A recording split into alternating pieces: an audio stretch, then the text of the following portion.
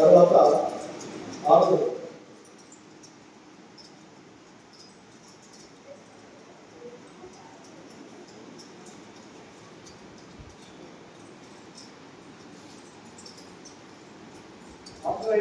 5 నాకు తప్పించే బాధ్యత 45 మినిట్స్లోనే మీకు ఒక నూతన ఉత్తేజాన్ని కలిగించాల్సిన అవసరం ఉంది.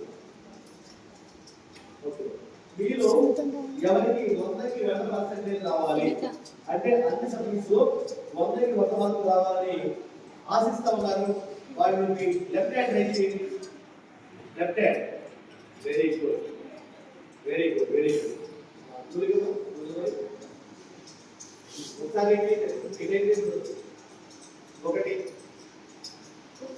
ఒకటి English. Okay, second science, next maths, social, Telugu, Hindi. Very good. Okay okay, అందరూ మీరు ప్రణాళిక తయారు చేసుకుంటారు. మీరు ఎప్పుడంటే ఈరోజు మీ క్లాసెస్ అయిపోతాయి. మీరు హాస్టల్కి వెళ్తారు. హాస్టల్కి వెళ్ళిన తర్వాత మీరు మొదలు చేసుకుని చదువు కూడా కూర్చుంటారు. ఓకే, తర్వాత మీరు కంటిన్యూస్గా 15 మినిట్స్ మాత్రం చదవాలి. ఎవ్రీ 15 మినిట్స్ తర్వాత 5 మినిట్స్ గ్యాప్ ఉండాలి. ఆ 5 మినిట్స్ గ్యాప్ అంటే కాస్త మార్క్స్ ఉండాలి. ఓకేనా?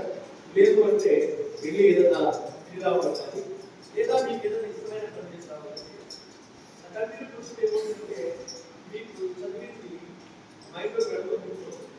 ఓకే, ఈరోజు ఫర్ ఎగ్జాంపుల్ ఇంగ్లీష్ ఈరోజు హాస్టల్ నుంచి ఎక్కడ స్కూల్ జాబ్ వెళ్తారు,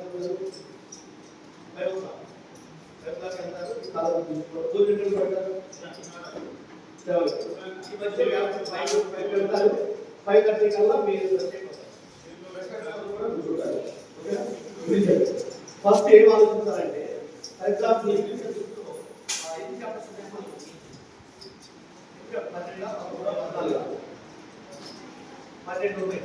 ఈ 12లో 12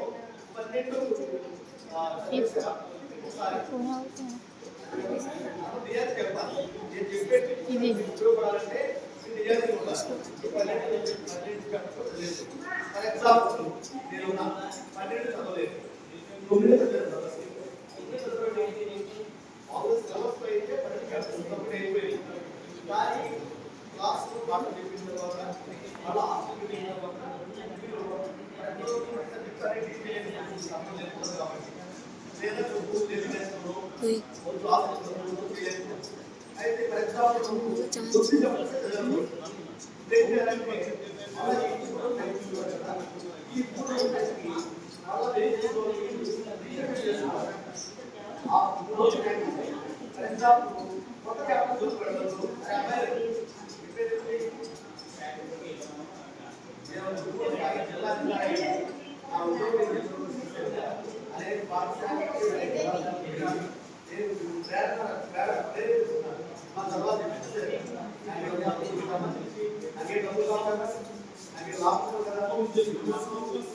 దేశం బాగుండాలి, దేశం బాగుండాలంటే బాగుండాలి అనేది ఆలోచిస్తున్నాం.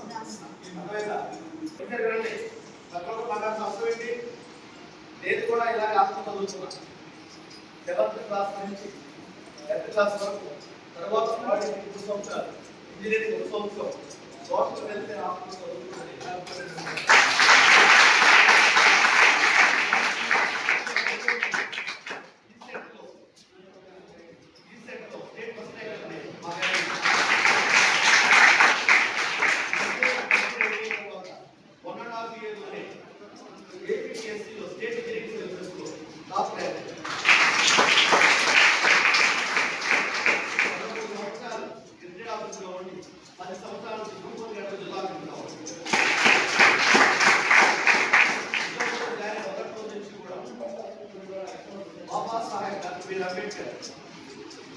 महात्मा ज्योतिबा फुले, अम्मा क्रांति सावित्री फुले, चतुर तल्ली महात्मा शेख इటువంటి మహనీయుల యొక్క స్ఫూర్తి తీసుకుని ఉద్యోగం చేసుకోవడమే కాదు అనేక సంఘాల్లో వచ్చేస్తాం. నా ప్రతి సెలవు సమాజం కోసం అర్థం చేస్తా ప్రజలు ఉంటాయి. నా వ్యక్తిగత సభలో ప్రతిరోజు కూడా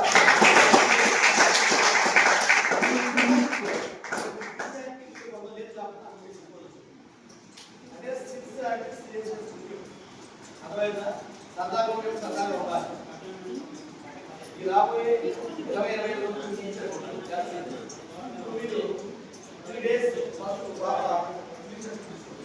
ఫర్ ఎగ్జాంపుల్ 2 చాప్టర్స్ ఉన్నాయి.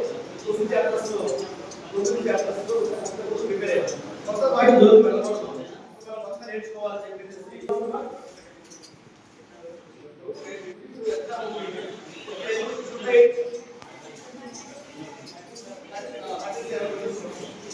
5 మార్క్స్ కొన్ని 10 మార్క్స్ మ్యాథ్స్ మార్క్స్ ఉన్నాయి. 10 మార్క్స్ 8 మార్క్స్ 8 మార్క్స్ సంబంధించి 9 చాప్టర్స్ ఇప్పుడు ఎగ్జాంపుల్ చేస్తే నేను రాసేయగలను నాకు ఎక్కువ వస్తాయి అవగాహన ఏంటంటే మీ అవగాహన అన్నమాట. ఏమనాలి? అవగాహన అంటే ఖచ్చితమైన అవగాహన. ఏం చేసుకుంటారంటే సేమ్ 2 చాప్టర్స్ ఉన్నాయి. 2 చాప్టర్స్ లో మనం ఇంట్లో ఫాలో ఫస్ట్ డే అంటే 3 days ఉంది. ఒక్కొక్క రోజు చాప్టర్ కంప్లీట్ చేయాలి. 3 చాప్టర్స్ కంప్లీట్ చేయాలి. 3 చాప్టర్స్ కంప్లీట్ చేయాలంటే మీరు ఆ 3 చాప్టర్స్ లో ఏదైతే మీకు మీరు ఎన్ని గంటలకు చదువుతారు? 10 గంటలుగా నైట్ 10 గంటలుగా చదువుకోవాలి. ఉదయం ఎన్ని గంటలకు లేస్తారు? ఓకే, మినిమం మీ ఏజ్ లో 6 అవర్స్ నిద్ర ఉండాలి. ఆ నిద్ర నాణ్యమైన నిద్ర. అక్కడైతే మనం బెడ్ మీదకి వెళ్తాం. బెడ్ మీదకి వెళ్ళిన తర్వాత మనకి ఒక 10 నిమిషాల సేపు నిద్ర రాదు ఎవరికైనా అక్కడ. అర్థమైందా? ఆ నిద్ర రావాలంటే ఎవరు చెప్తారు. ఆ తర్వాత మీరు మార్నింగ్ లెవెల్ ప్రయత్నం చేస్తారు. 4 అనుకుంటారు. 4 అలారం పెట్టుకుంటారు. అలారం పెట్టినప్పుడు ఏమవుతుందంటే వెంటనే లేవలేదు. కొంచెం మధ్య లేదు అంటే మీరు బాగా ప్రిపేర్ అయిపోయి అలవాటు చేస్తుంటారు. కాబట్టి ఒక 10 నిమిషాలు పడుతుంది. ఓకేనా? అయితే 4:30 కల్లా చదువుకోవడానికి కూర్చోవాలి. 4:30 లేవడం కాదు. 4కి అలారం పెట్టుకుంటే 5-10 నిమిషాల్లో ఖచ్చితంగా లేవాలి. లేచిన తర్వాత మీ కాలం చదువుతుంది. మీ మనసు మొత్తం కూడా ఆ చదువు మీద కాన్సంట్రేషన్ చేసుకోవాలి. ఓకే, ఇప్పుడు మీరు 3 days టైం టేబుల్ చేసుకుంటారు. ఈ 3 days టైం టేబుల్ కూడా ఏంటి? మీకు ఎన్ని చాప్టర్స్ ఉన్నాయి? ఎన్ని చాప్టర్స్ ఇంతవరకు మనం చదువుకున్నాము ఆ చాప్టర్స్ ప్లాన్ చేసుకోండి. ఈ రోజు 3 చాప్టర్స్, రేపు 3, ఎల్లుండి 3. లేదనుకోండి ఈ చాప్టర్స్ లో మనకి బాగా అవగాహన ఉంటే మొదటి నుంచి 4 చాప్టర్స్ చదవచ్చు. ఓకేనా? ఇప్పుడు ఎలా చదవాలి? చదవబట్టే మళ్ళీ బుక్ తీసేసి మళ్ళీ పక్కన సీరియస్ ఉండాలి. మీరు బుక్ తీసుకున్న తర్వాత ఫర్ ఎగ్జాంపుల్ ఇంగ్లీష్ లో ఒక చాప్టర్ పెట్టుకోమా.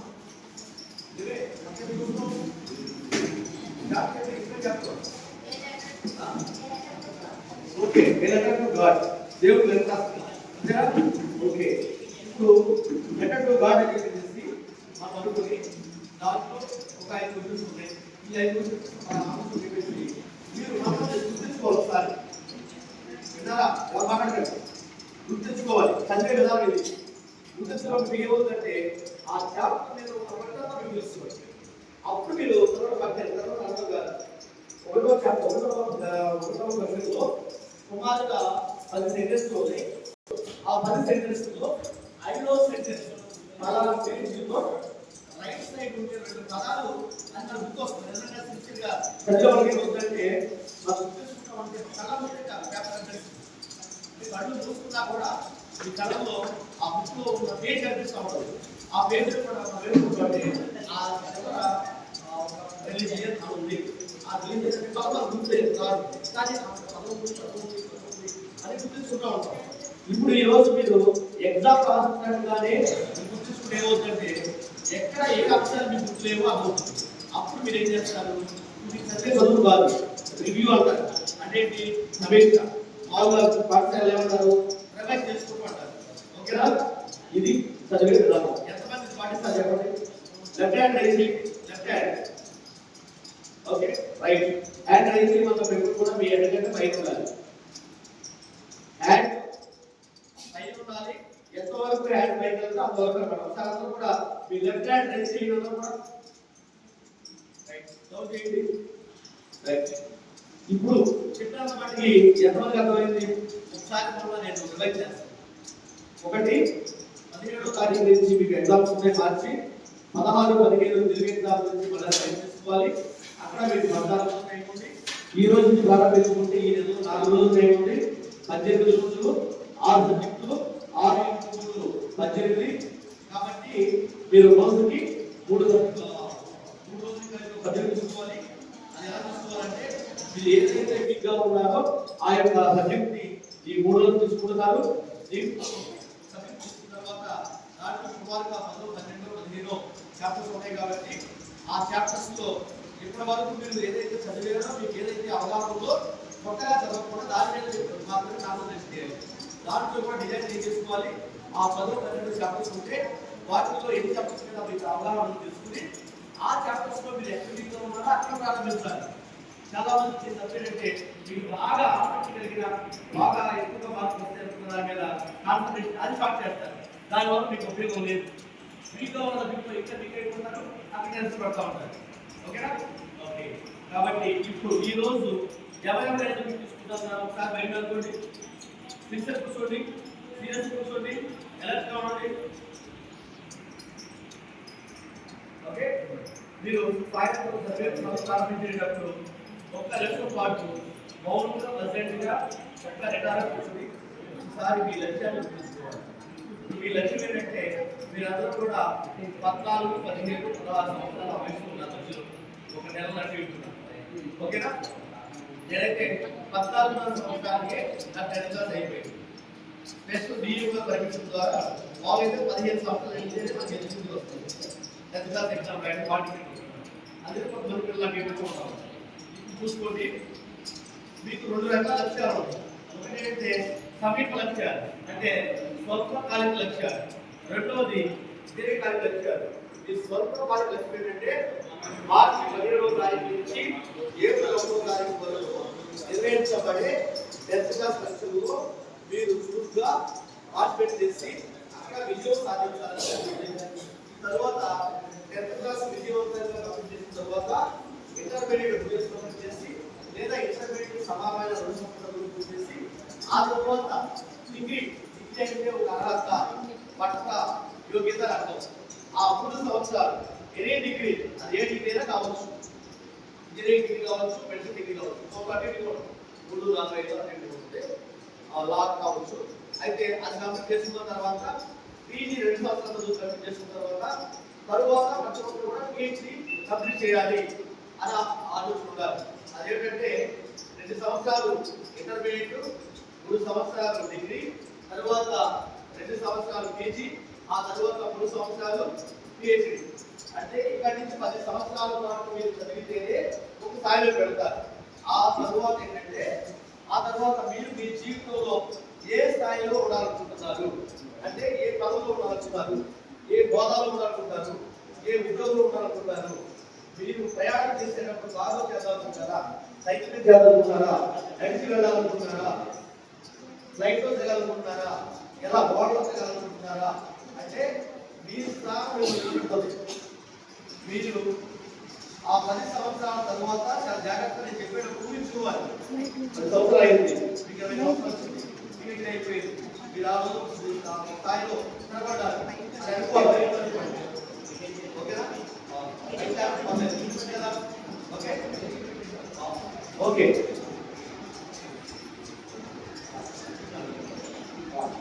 జాగ్రత్తగా.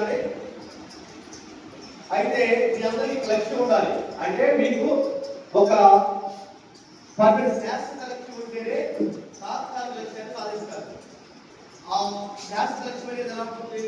సుదీర్ఘంలో ఉంది. ఎంత దూరంలో ఉంది? మీకు 10 సంవత్సరాల దూరంలో ఉంది. కానీ ఆ సుదీర్ఘ లక్ష్యాన్ని, ఈ శాస్త్ర లక్ష్యాన్ని ఛేదించాలంటే ఆ లక్ష్యం కోసం మీరు ఖచ్చితంగా ఏం చేయాలి? ఈ రోజు ఉన్న స్వల్పకాలిక లక్ష్యాన్ని, సమీప లక్ష్యాన్ని మీరు చేరుకోవాలి. ఓకే, ఇప్పుడు మీరు చేయవలసిన పని ఈరోజు ప్రారంభించారు, చక్కగా ఏం చేస్తారు చూడండి, చాలా జాగ్రత్త చూడండి. చదువు ప్రారంభించారు. మీకు ఈ చదివే టైంలో ఈ రోజు ఒక 4 గంటలు చదువుతారనుకుంటే ఈ టైంలో మీరు నిద్ర చదువుతారు. మీ మీద కొంతమందికి అసహ్యం పడుతుంది, చిరాకు పడుతుంది, పక్కన పరిస్థితులన్నీ కూడా మిమ్మల్ని డిస్టర్బ్ చేస్తూ ఉంటాయి. అనేక అంశాలు మీరు ప్రభావితం చేస్తాయి. అంశాల్లో అనేక రకాలు ఉంటాయి. కులం ఉంటుంది, మతం ఉంటుంది, స్నేహితులు ఉన్నారు, ఆత్మ ఉంటుంది, దాంట్లో వాటి ఉన్నారు, ఆత్మ ఉన్నారు, భోజనం ఉంటుంది, రకరకాలు ఉంటాయి. ఇవేమి గర్వించుకోండి. 10 సంవత్సరాల తర్వాత నేను ఏమి సాధించబోతా ఉన్నాను అనేది ముఖ్యం. ఓకే, లేకపోతే మీరు కొన్ని గ్రామాలు వచ్చారు, కొన్ని ప్రాంతాలు వచ్చారు. ఒకసారి మీ గ్రామాన్ని ఒకసారి గుర్తించుకోండి. మీ గ్రామంలో 100 ఇళ్ళు ఉన్నాయి. ఈ 100 ఇళ్లలో మీకు తెలిసిన ఒక 10 ఇళ్ళ వాళ్ళు ఏ పనులు చేస్తున్నారు, వాళ్ళ జీవితాలు ఎలా ఉంటాయి, వాళ్ళ జీవన ప్రమాణాలు ఎలా ఉంటాయి, వాళ్ళు ఏ విధంగా బ్రాండ్ చేస్తూ ఉన్నారు, ఎక్కడ పని చేస్తూ ఉన్నారు, ఒకసారి మీరు ఆలోచించి మీకు అర్థమైపోతూ ఉంటుంది. ఆ ఊరిలో ఉన్న వాళ్ళందరిలో కూడా మనం ఎప్పుడు కూడా బెస్ట్గా ఉండాలని తెలుస్తుంది. ఆ ఊరే కాదు, దేశంలో ఉన్న వాళ్ళలో బెస్ట్గా ఉండాలని పెంచాలి. మనం దేశం మొత్తం కూడా 143 కోట్ల మంది ఉంటే వీళ్ళలో మనమే కాపాడుకోవాలి. ఉంటావా లేదని తర్వాత విషయం, మనమే కాపాడుకోవాలి ప్రతి విద్యార్థి కూడా. ఓకేనా?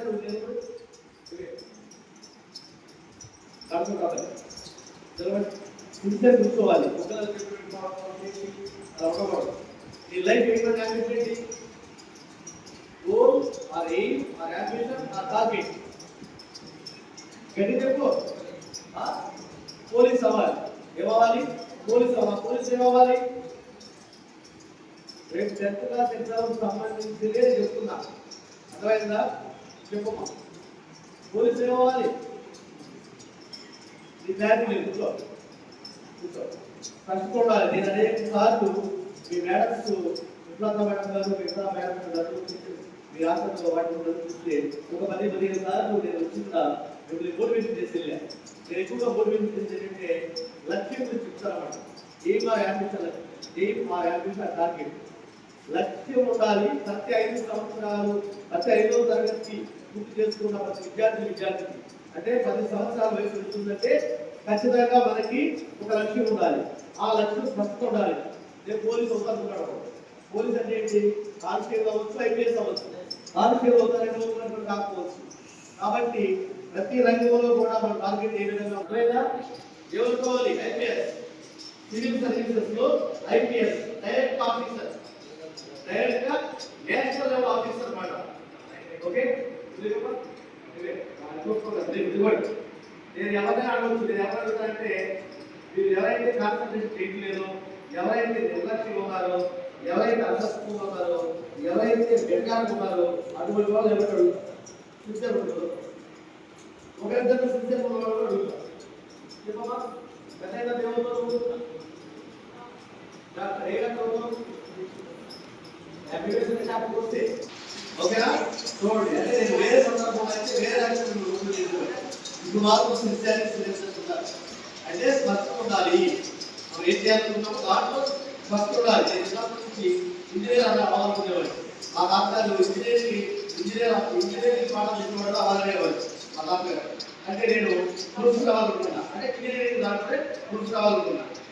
అలాగైతే సందర్భంలో నేను కోచింగ్ సెంటర్ పెట్టుకోవడం, ఆ తర్వాత సైన్స్ ఎగ్జామ్. ఈ దేశ భవిష్యత్తు అద్భుతంగా ఉండాలి అంటే, అద్భుతమైన పౌరుడిని సృష్టించాలంటే కారణం ఉండాలంటే నా పాత్ర ఉండాలనుకున్నాను. అయితే నేను దాదాపు ఆఫీసులో చేయడం జరిగింది అనుకోకుండా. కానీ నేను ఆ లక్ష్యం ఏదైతే ఉందో ఆ లక్ష్యాన్ని నెరవేర్చుకోవడం కోసం ఈ విధంగా నా వ్యక్తిగత సమయాన్ని, కుటుంబ సమయాన్ని కేటాయిస్తా ఉంటాను. అర్థమైందా? ఓకే, ఇప్పుడు ఎందుకు చెప్పారంటే లక్ష్యం పట్ల స్పష్టత ఉండాలి. మీరందరూ కూడా ఇప్పటిదాకా మీకు లక్ష్యం లేకపోతే లక్ష్యాన్ని నిర్దేశించుకోండి. ఒకవేళ లక్ష్యం ఉన్నట్లయితే ఆ లక్ష్యం స్పష్టత ఉండాలి. మీలో లాయర్ ఎంత ఉండాలనుకుంటారు? Hand right, right hand right చేయండి. రైట్ హ్యాండ్ ఇక్కడ సైకలాజికల్గా మీకు నేను మాట్లాడతాను. ఇప్పుడు right hand. Okay, next engineer ఎంత అనుకున్నారు? ఎమ్మెల్యే, మినిస్టర్, అర్థమైందా? ఆ తర్వాత ముఖ్యమంత్రి, ప్రధానమంత్రి, రాష్ట్రపతి. ఆ రకాలు ఎవరైనా ఉంటారు మన ప్రాంతంలో. కానీ చిత్తశుద్ధి, అనుభవం మీద సమాజం మొత్తం ఉంటుంది. అర్థమైందా? మహాత్మా ఫులే గారు ఆ రోజే కౌన్సిలర్గా పనిచేసారు. పూణే నగరపాలక సంస్థకి. అర్థమైందా? ఆ రంగంలో కూడా ఆలోచించాలి. ఓకే, ఇప్పుడు జాగ్రత్త. ఏంటి మీకు 25 సంవత్సరాలు నిండేసరికి ప్రతి ఒక్కరు కూడా చదువుల్లో టాప్ పిహెచ్డి తెలుసు అందరూ డాక్టర్ ఆఫ్ ఫిలాసఫీ చదువులు టాప్. అంటే ఏదైనా ఉన్నదాన్ని నిలబెట్టడం కానీ, లేదంటే లేని దాన్ని నిలబెట్టడం కానీ, అంటే డిస్కవరీ కానీ, ఇన్వెన్షన్ కానీ. ఓకే, మీరందరూ కూడా లేదు. ఆ తర్వాత నేను అనుకున్న లక్ష్యంలో స్థిరపడాలి. దానికి పునాది మొదటి పెట్టే 10వ తరగతి పరీక్ష. ఏంటి 10వ తరగతి పరీక్ష. ఆ పరీక్ష సిన్సియర్ గా రాస్తున్నాము మనము. దానికోసం మనం ఏం ప్రిపేర్ చేసుకోవచ్చు? అవకాశం ఉంటే ఏదైనా పాలిటిక్స్ డాక్టర్స్ ఉంటాయి కదా, దాంట్లో పెట్టుకోవాలి, లేదా దాంట్లో నీళ్ళు పడడం. తర్వాత మీ వస్తువులు అంటే హాల్ టికెట్, పెన్ను, పెన్సిల్, అదేవిధంగా రెఫరెన్స్, పరీక్ష ఇవన్నీ కూడా సిద్ధం చేసి పెట్టుకోవాలి. అవి రోజు ఒకే ప్లేస్ లో పెట్టుకోవాలి. చాలా మంది అంకితభావం, ఒక పాజిటివ్ యాటిట్యూడ్, మంచి మనసు, ఇవన్నీ కూడా డిపెండ్ అయి ఉంటాయి. ఆ పెన్ను వెలుగుగా ఉంటాడు. అదేవిధంగా ఇంటి రాసి ఏమవుతుందంటే పొరపాటుగా పేపర్ కట్టని తీసుకెళ్ళేటప్పుడు రకరకాల సమస్యలు ఉంటాయి. ఎక్కడైనా ఇబ్బంది ఉంటుంది. అందుకని మీకు నచ్చిన విధంగా బ్లూ పెన్తో కానీ బ్లాక్ పెన్తో కానీ మాత్రమే ఎగ్జామ్ పాల్ పెన్తో రాసుకోవాలి. ఓకేనా? అక్కడ మీరు పెన్ను చెప్పే కదా, అది ఒకటి మీరు జాగ్రత్త తీసుకోవాలి. తర్వాత పరీక్షకు కూడా చక్కగా రోజు ఏదైతే వాడుతున్నారో దాన్ని తీసుకోవాలి. ఇప్పుడు లేదు పాడైపోయింది, ఇవాళ రేపు 4 రోజులు కొనుక్కోండి. ఎందువల్లంటే పరీక్షకు రకరకాలుగా ఉంటా ఉంటాయి. విత్తుబలాగా ఉంటాయి, స్టిఫ్గా ఉండవు, ఉగిపోయి ఉంటాయి, రకరకాలుగా ఉంటాయి. కాబట్టి అది ఒకటి. నెక్స్ట్ పెన్ తర్వాత మీరు పెన్ ఒక పెన్ అలా కాదు, 2-3 పెన్నులు తీసుకెళ్ళాలి. ప్రతి ఒక్కరు కూడా జాకెట్ బాక్స్ తీసుకెళ్ళిస్తారు కదా, దాంట్లో 2-3 పెన్స్. ఫర్ ఎగ్జాంపుల్ సైన్స్ అనుకోండి, సైన్స్ లో ఏం చేస్తారు మీరు, బొమ్మ గీయాల్సి వస్తుంది. కాబట్టి ఏం చేసుకోవాలి? పెన్సిల్, అదేవిధంగా ఎరేజర్, ఇవన్నీ కూడా మంచి పెట్టుకోవాలి. ఏదైనా వాటిని పెట్టుకోవాలి. అదేవిధంగా షార్ప్నర్ కూడా ఏం చేసుకోవాలి? పనిచేసి పెట్టుకోవాలి, కొంత వాటి పెట్టుకోవాలి. అర్థమైందా? ఏమవుతుంది? పరిస్థితిపోయిన తర్వాత నెలలో పెనలేదని, ఇంక్ అయిపోయిందని, తర్వాత పెన్సిల్ ఉక్కిరిగిపోయిందని, లేకపోతే షార్ప్నర్ బాగలేదని, ఈ రకరకాల వల్ల ఏమవుతుందంటే మీరు ఒక 100 మార్కులకి 90 రావచ్చు అనుకోండి, ఇప్పుడు 50 వస్తాయి. ఇవన్నీ చాలా ఇంపార్టెంట్. రెగ్యులర్ ఇవన్నీ టీచర్స్ చెప్పారు కాబట్టి మీకు ఎలా ఉంటుంది? కొంతమందికి వెనకాల ఉండదు, చెప్తే పరిపాలన అనుకుంటారు. అలా అనుకోకూడదు. గురువుని గౌరవించుకోవడం, తల్లిదండ్రులు గౌరవించుకోవడం మంచి స్థానంలో ఉంటారు. ఓకేనా? ఇంకా ఏమన్నా మీకు డౌట్స్ అక్కడ ఇంట్రాక్షన్ ఓకే. నేను చెప్పాల్సిన అంశాలను మీకు ఇంపార్టెంట్ మీకు చెప్పారు. అంటే ఈ టైంలో ఏం చెప్తారో అది మాత్రం మీకు చెప్పారు. ఓకే, ఇప్పుడు చెప్పండి. ఎవరికైనా డౌట్స్? ధైర్యంగా నిలబడి మాట్లాడగలిగిన వాటిని సాధిస్తారు. చదువులను చదివించిన తర్వాత, ఉద్యోగులకు వెళ్ళిన తర్వాత లక్ష్మి కావాలంటే మీలో లీడర్షిప్ క్వాలిటీస్ కావాలి. లీడర్షిప్ క్వాలిటీ వస్తుందంటే ధైర్యంగా నిలబడి మాట్లాడగలిగినట్టు వస్తుంది. అర్థమైందా? వన్ స్పీచ్ మెసేజ్ అంటాం. అంటే ఏంటి? మీలో ఉన్నారు, వచ్చి మాట్లాడతారంటే ఏంటి? వాళ్ళు బోధించినట్టు లెక్క. బోధించడం అంటే ఏంటి? ఎందులో బోధించడం ఏంటి? తీసేయడం. అవునా? అంటే మళ్ళీ నేర్చుకున్నట్టు లెక్కే. అంటే టీచర్ అంటే ఏంటి? వాళ్ళు ప్రిపేర్ చెప్తారు, మీరు నేర్చుకునే వాళ్ళ మధ్య చాలా డిఫరెన్స్ ఉంటుంది. అంటే ఆ జ్ఞానం అది తగ్గాలంటే ఏం చేయాలి? ప్రతి స్టూడెంట్ కూడా పాఠం చెప్పగలిగే స్థాయిలో ఉంటేనే వాళ్ళు మన తిరిగి ఎగ్జామ్లో రాయగలరు. ఎగ్జామ్ ఎలా ఉంటుంది? 100% మనం ఎగ్జామ్ రాస్తాము, ఆ క్వశ్చన్లో మనం 12 సెంటెన్స్ రాస్తామంటే 8 రోజులు రాయగలరు. ఎవరో ఒకరిద్దరు మాత్రమే 12 సెంటెన్స్ 12 సెంటెన్స్ రాయగలరు. For example okay. ఇప్పుడు ఇక్కడికి వచ్చి అబ్బాయిలో నేనేం చెప్పాను? బ్రీఫ్ చేయాలి. ఒక చెప్పవలసిందా బాగా సమావేశం చేయాలన్నమాట. ఎవరు వస్తారు? అమ్మాయిలు ఎవరు వస్తారు? లేదా నేనే చూస్తాను. మీరు రాకపోతే విద్యార్థులు ఒక వ్యక్తి గుర్తుపెట్టుకోండి, మీకు వచ్చిన ప్రతి అవకాశాన్ని సమర్థవంతంగా సద్వినియోగం చేసుకోవాలి. ఇది యోగ్యులు చేసే పని, లక్ష్యాలు సాధించేవాళ్ళ పని. ఒకవేళ అవకాశాలు రావు, నేను మాట్లాడుతున్నాను, నేను చాలా చదువుతున్నా, ఎంటెక్, ఎంబీఏ, పొలిటికల్ సైన్స్, జర్నలిజంలో పీజీ, ఆన్లైన్ డాక్టరేట్ చదువుకున్నాను. ఎక్కడైనా ఏ సంభవమైనా ఏ అంశంలోనైనా ఎవరి టాపిక్ ఇచ్చినా కూడా ఎక్స్టెంపోరీ అక్కడికక్కడ నిలబడి కనీసం 2 సెంటెన్స్ మాట్లాడుతున్నాం. ఏ టాపిక్ ఇచ్చా కానీ నాకు కూడా అనేక వేదికల మీద అనేక చోట్ల ఉదయపోతూ ప్రాథమికపోతూ రకరకాల వ్యక్తులతో నేను యోగ్యమైనప్పుడు కూడా అవకాశం కావు. కానీ అటువంటిప్పుడు కూడా నేను అక్కడ అవకాశాన్ని ఎలా సృష్టించుకోవాలని చేస్తా ఉంటాను. ఇటువంటి సందర్భంలో మిమ్మల్ని వెతకాలి, మిమ్మల్ని రిక్వెస్ట్ చేసి ఈ అవకాశం మీకు ఇస్తాము తీసుకుంటే అసమర్థులాగా అయోగ్యులాగా ఎవరు మాట్లాడద్దు. జీవితానికి సంబంధించినవి ఎవరికి అవకాశం అవసరం లేదంటే బాగా ప్రభుత్వం జబ్బు చేస్తారా, ఎమ్మెల్యే రమ్మంటారా? మరి అటువంటిది మీరు ఏం నేర్చుకున్నారో చెప్పండి, బయట చూడండి, ఉపయోగించుకోండి, జాగ్రత్త పెట్టుకోండి. ఒకటి, మనకి అభివృద్ధి వచ్చిన ప్రతి అవకాశాన్ని సమర్థవంతంగా సద్వినియోగం చేసుకోవాలి. రెండు, అవకాశం లేనప్పుడు అవకాశం సృష్టించుకోవాలి. టెన్త్ క్లాస్ అయిన తర్వాత కాలేజీకి ఎంటర్ అయిన తర్వాత మీకు చక్కగా ఒక్కొక్క అర్థంతో ఉంది సమాజం ఎలా ఉంటుంది అనేది. సమాజం చూడడానికి సీతాకోపుగా ఉంది, పట్టును చూస్తే మొగలపుగా ఉంది. అర్థమైందా? ఇప్పటివరకు తన తల్లి రెక్కల కింద బిడ్డల్ని ఏ విధంగా కాపాడుతుందో ఓడి పెట్టుకుంది కదా, పెట్టేసి గమనించారు మీరు. తన పిల్లల్ని రెక్కల కింద కాపాడుతూ ఉంటుంది. గత చదువుకోకుండా ఇక్కడ వచ్చి పెట్టుకోండి. ఒకసారి అందరూ కూడా ఒకసారి చెప్పి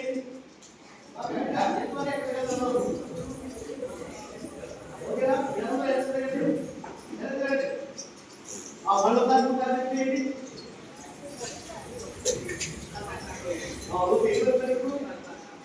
మళ్ళీ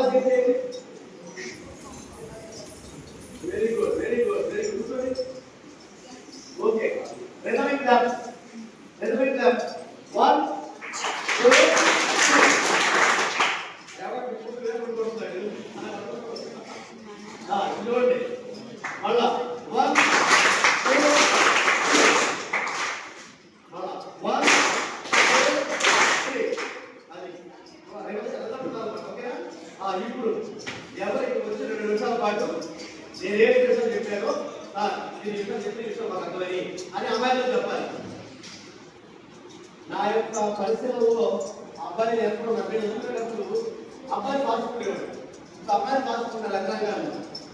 అది అమ్మాయిని అడుగుతున్నాయి కూడా. ఈ వస్తువులు ఎవరు చెప్పండి అమ్మాయిలు కూడా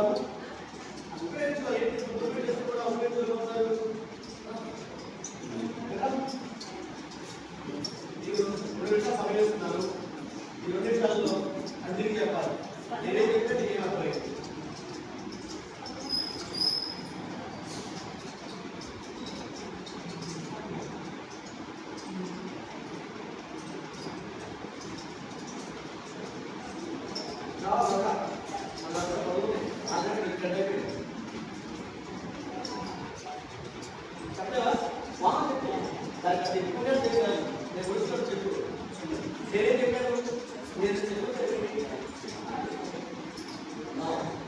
ఓకే, నీకేమంటారు చెప్తున్నాను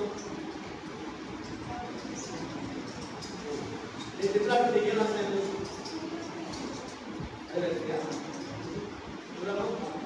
బయట వస్తున్నాను.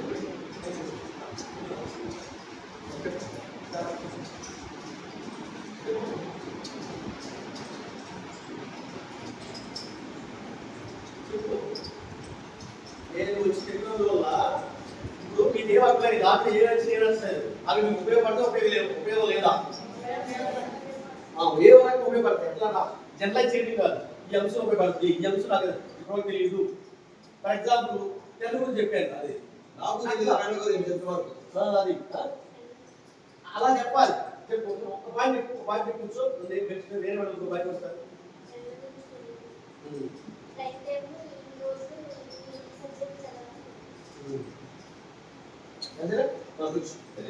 నెక్స్ట్ రెండో లైన్ లో అమ్మాయినండి రావాలి. ఏమవుతుందంటే టీచర్స్ పిల్లలు వినండి, టీచర్స్ బాబు ఏం చేస్తారంటే వాళ్ళు పాఠాలు చెప్పుకుంటూ వెళ్ళిపోతారు. తర్వాత టైం లేక మళ్ళీ మిమ్మల్ని సమీక్ష చేయలేరు. మీరేం చేసి మిమ్మల్ని వెళ్ళిపోతూ ఉంటారు సిన్సియర్ లేకుండా. కావాల్సింది ఏంటంటే రిజల్ట్ కావాలి, ఇన్పుట్ ఇవ్వాలి, మీకు ఒక సిస్టమ్ ఆఫ్ తయారవ్వాలి, అక్కడే అవుట్పుట్ రావాలి. అర్థమైందా? అది ముఖ్యం అనమాట. అంటే మనకి ఫలితాలు రావాలి ఏ పని చేసినా కూడా. చెప్పు చెప్పొద్దు, ఎవరు కూడా మీకంటే నేను సార్. అర్థమైందా? నా దగ్గర గేమ్స్ కాదు మీకు కొన్ని వేల మంది పిల్లలకి నేను మోటివేషన్ లాంచ్ చేయాలి అది మా ఇంటి చెప్పు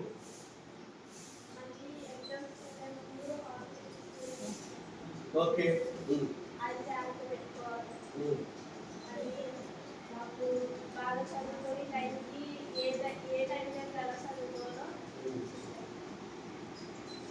వెరీ గుడ్ ఒక్కొక్కరు ఒక పాయింట్ చెప్పండి ఓకేనా మీరు ఎందుకు చెప్పిస్తాను తెలుసా మళ్ళీ మీకు గుర్తు రావాలి అవన్నీ కూడా అబ్బాయిలో లాస్ట్ అబ్బాయి అరే నువ్వేనా నువ్వే వెళ్ళకుండా కదా తర్వాత ఫుడ్ కూడా చక్కగా తీసుకోవాలి మీకు అంతా ప్రోటీన్ విటమిన్ మినరల్ ఫుడ్ చక్కగా ప్రభుత్వం ఎంతో ఖర్చు చేస్తుంది ఈ డబ్బులు ఎంత డబ్బు తెలుసా మీ ఆఫీస్ గారు సంవత్సరానికి సుమారుగా నాకు తెలిసి సార్ సీనియర్ కాబట్టి 2.5-3 లక్షల రూపాయలు ట్యాక్స్ పే చేస్తారు నెలకి 25,000 3 పైన చేస్తారు సార్ సీనియర్ కాబట్టి నేను సంవత్సరానికి సుమారుగా 3 లక్షల రూపాయలు ట్యాక్స్ పే చేస్తున్నాను నెలకి 25,000 పైగా ఈ డబ్బులు ఎక్కడ తింటున్నారు మీ హాస్టల్లో మీరు భోజనం చేస్తున్నారా అక్కడ వస్తుంది మీ బట్టలకు వస్తుంది అంటే ఏంటి సమాజం మిమ్మల్ని పెంచి పోషిస్తుంది చదివిస్తుంది అనే విషయాన్ని మీరు గుర్తుపెట్టుకోవాలి అదే విధంగా ఈ దేశంలో ఉన్న ప్రతి వ్యక్తి కూడా ట్యాక్స్ పే చేయగలిగే స్థాయికి వెళ్తే భారతదేశంలో దారిద్ర్యం ఉండదు చదువుకుంటారు బీపీఎల్ బిలో కావచ్చు లేదని అర్థమైందా చెప్పమ్మా సిన్సియర్ ఫస్ట్ మా సత్యం నిలబడి సిన్సియర్గా రిటైర్ నిలబడి టైం పాటు పెట్టుకో షర్ట్ చదువుకో సిన్సియర్గా ఉండాలి బాడీ లేకపోతే బాగుండాలి అందరూ కూడా సరే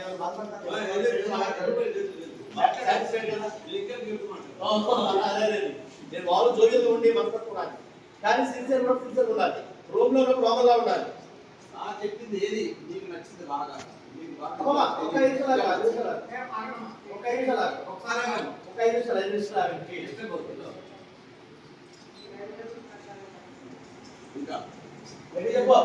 ఐడియా ప్రకారం చదువు కూడా తెలిసింది ఇంకా ఇంకోటి అందరూ అదే చెప్పకూడదు అందరూ ఏం చెప్తారేట చెప్పు మనం చెప్పాలి పాయింట్ ఆలోచించండి కొత్త పాయింట్ నేను కనీసం ఒక పాయింట్ చెప్పాను మీకు కూర్చోండి ఎవరు చెప్తారు వెరీ గుడ్ వెరీ గుడ్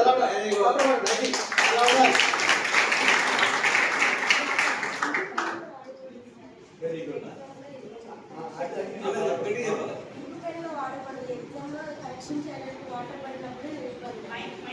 ఇంకా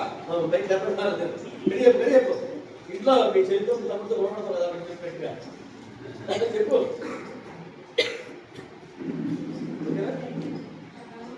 ఓకే నెక్స్ట్ నెక్స్ట్ రావాలి అంటే ఎవరు వెళ్ళలేదన్నమాట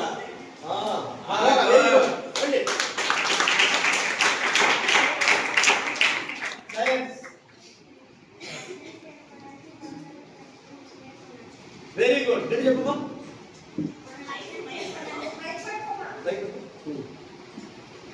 మన లక్ష్యాన్ని చేరుకోవడానికి 10వ తరగతి పరీక్షలు ముఖ్యమైన పునాది వీటిలో బాగా విజయాన్ని సాధించాలి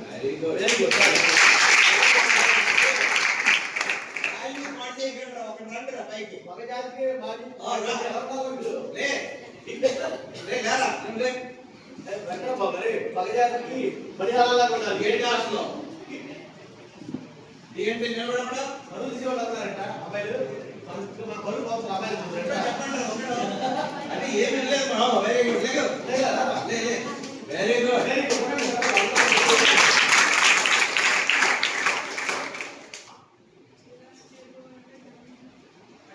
గట్టిగా చెప్పాలి గమ్యం చేరుకోవాలంటే ఒక లక్ష్యం ఉండాలి అంతేనా లేదు ఇంకెవరు చెప్తారు వాషింగ్ మెషిన్ ఎంత చూస్తున్నాడు కదా కూడా అరే బాబు రెడీగా పెట్టుకున్నావు కదా నువ్వే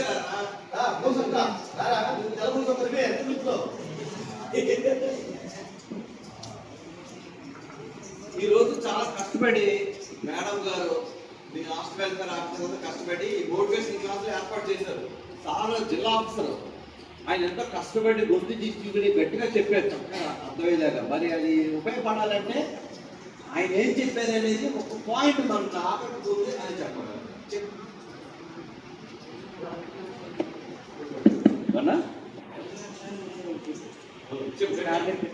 అది మన అంతిమ లక్ష్యం ఏంటనేది టార్గెట్ అంటే ఐఏఎస్ ఆఫీసర్ అవ్వాలా, లేకపోతే ఐపీఎస్ అవ్వాలా, ఒక లెక్చరర్ అవ్వాలా, ఒక లాయర్ అవ్వాలనేది ముందు మా మనసులోకి వచ్చేది.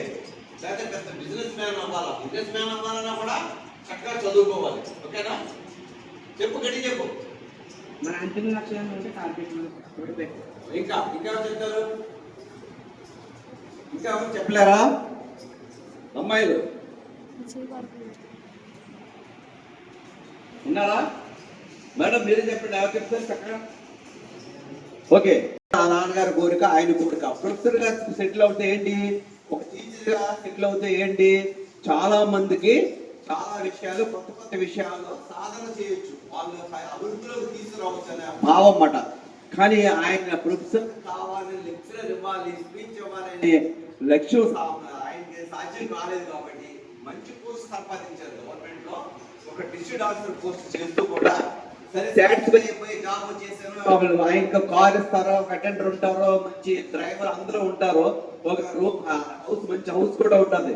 దాంతో సాటిస్ఫై అవ్వలేదు, ఆయన లక్ష్యం నెరవేరలేదు. ఆయన లక్ష్యం ఏంటి, సమాజంలో కొంతమందికి మంచి విషయాలు చెప్పి వాళ్ళ ఉన్నత స్థితిలో తీసుకురావాలనే భావం ఆయన లక్ష్యం ఉంటుంది. నెరవేరలేదు కాబట్టి ఈ టైప్ లో ఆయన సమాజానికి సేవ చేస్తున్నారు.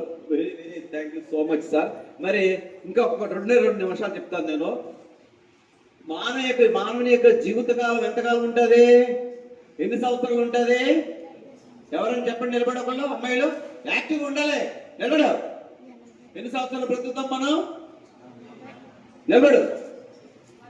100 సంవత్సరాలు బ్రతుకుతాం, 90 సంవత్సరాలు బ్రతుకుతాం, 80 సంవత్సరాలు బ్రతుకుతాం, 70, 80 పైబడే బ్రతుకుతాం. అర్థమైందా? ఇస్తాడు. ఇప్పుడు మీ వయసు ఎంత? 16, 17 సంవత్సరాలు, 15 సంవత్సరాలు ఉంటుంది. మీ ఫ్రెండ్స్ ఉన్నారు ఇంటి దగ్గర, ఏం చేస్తున్నారు వాళ్ళు? చదువుకునే వాళ్ళు కూడా ఉన్నారా? ఏం పని చేస్తారు వాళ్ళు? కూలి పనికి వెళ్ళిపోతున్నారు. కానీ మీరేం చేస్తున్నారు? చదువుకుంటున్నారు. ఇక్కడ అధికారులు ఎదురుగుండా మంచి డ్రెస్ వేసుకుని, చక్కగా జడేసుకుని, చక్క పౌడర్ రాసుకుని, బొట్టు పెట్టుకుని, చక్కగా కూర్చుని ఎంజాయ్ చేస్తారు. ఎంజాయ్ అంటే మానసికంగా ఆనందం పొందుతున్నారు అన్నమాట. నేను చదువుకుంటున్నా అనే భావం పొందుతున్నారు. మీ ఇంటికి వెళ్ళినప్పుడు అర్థం చేయండి, ఆ అమ్మాయి, మీ ఫ్రెండ్ అమ్మాయి ఎలా ఉంటది? జుట్టు ఎలా ఉంటది? చింపురి జుట్టు లాగా ఉంటుంది. పనిలోకి వెళ్తుంది, ఎండలో ఉంటుంది, వాళ్ళలో తడిసిపోతుంది. అవునా? ఎందుకని? వాళ్ళ అమ్మగారు చదివించట్లేదు. మీరు ఇక్కడ కూర్చుంటే కారణారు మీ అమ్మగారు. ఒకసారి అమ్మకే 4 క్లాప్స్ కొట్టండి.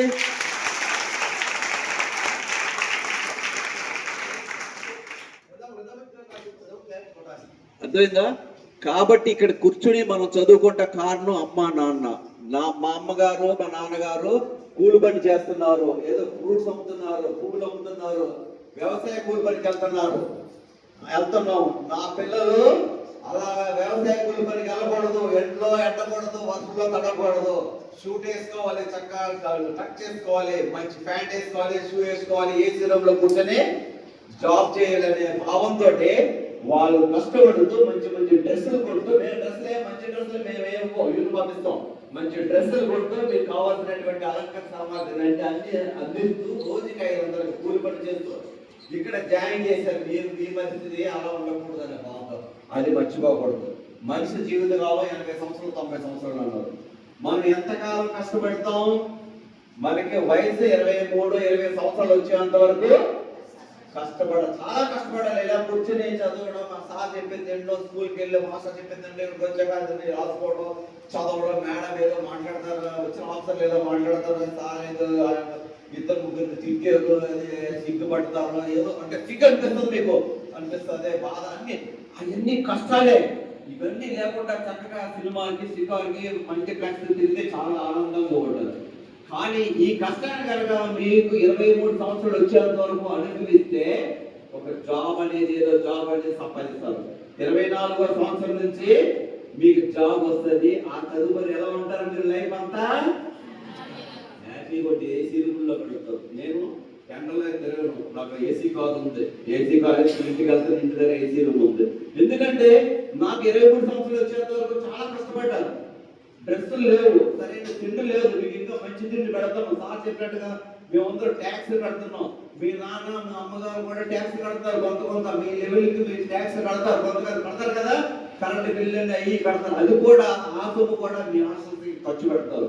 కాబట్టి మీరు హ్యాపీగా రిమైనింగ్ 80 సంవత్సరాలు, రిమైనింగ్ 60 సంవత్సరాలు హ్యాపీగా సుఖంగా బ్రతకాలంటే మీరు ఎంతకాలం కష్టపడాలి? ఓన్లీ 23 సంవత్సరాలు కష్టం, అంతే కదా సార్? 25 పిహెచ్డి కూడా చేయాలి. 25 సంవత్సరాలు కష్టపడితే నేను ఎంతకాలం కష్టపడ్డాను తెలుసా? నేను ఒక 18 సంవత్సరాలే కష్టపడ్డాను. 17, 18 కూడా కాదు, 18 సంవత్సరాలు, ఎగ్జాక్ట్ 18 సంవత్సరాలే కష్టపడ్డాను. ఆ తర్వాత కష్టపడలేదు. ఎందుకంటే నాకు 16 సంవత్సరాలకే జాబ్ వచ్చేసింది. ఎలా వచ్చేసింది అంటారు? ఇంటర్మీడియట్ పాస్ అయ్యాను, ఫస్ట్ క్లాస్ లో పాస్ అయ్యాను. తర్వాత టీచర్ ట్రైనింగ్ జాయిన్ అయ్యాను. టీచర్ కోర్స్ వచ్చేసింది. అంటే 18 ఇయర్స్ అయినప్పటికీ నాకు జాబ్ వచ్చేసింది. అంటే ఎంత కష్టపడకపోతే ఆ ఫస్ట్ క్లాస్ లో అవి వస్తాయి, మంచి సీట్ వస్తుంది. మీరు కూడా అంతే బాగా కష్టపడి ఎంసెట్ రాశారనుకోండి, ఏమవుతుంది? నీట్ రాశారనుకోండి, ఎంబీబీఎస్ సీట్ వచ్చి, ఇంటర్మీడియట్ అయిపోతే డాక్టర్ సీట్ వచ్చేస్తుంది మీకు. ఆ డాక్టర్ 5 సంవత్సరాలు కష్టపడి రాస్తారు, అంతే డాక్టర్ అయిపోతాం, డాక్టర్ సెటిల్ అయిపోతాం. లేదు 10th క్లాస్ ఫెయిల్ అవుతుంది. అమ్మ ఏం చేస్తా, అమ్మ నాన్న తెలియదు కదా వాళ్ళకి, మళ్ళీ కట్టాలన్న భావం లేదు, పనులు పెట్టేస్తారు.